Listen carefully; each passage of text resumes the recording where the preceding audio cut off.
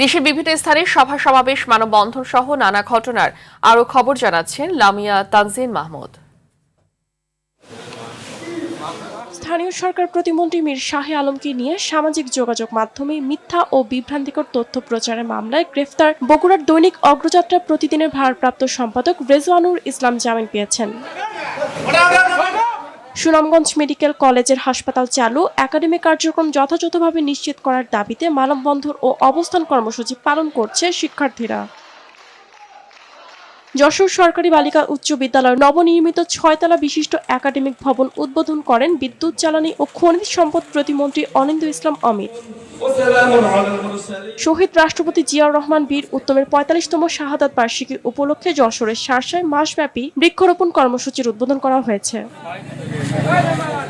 নোয়াখালীর হাতিয়ায় সন্ত্রাসী বাহিনী ও ভূমিদস্যুদের বিরুদ্ধে মানববন্ধন করেছে এলাকাবাসী।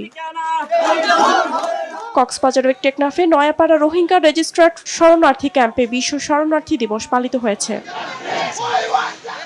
মাগুরায় 24-এর রঙে গ্রাফিতি ও চিত্রাঙ্কন প্রতিযোগিতায় বিভাগীয় পর্যায়ে বিজয়ীদের মধ্যে পুরস্কার বিতরণ ও সংবর্ধনা অনুষ্ঠিত হয়েছে। লামিয়া তানজিন মাহমুদ, RTV।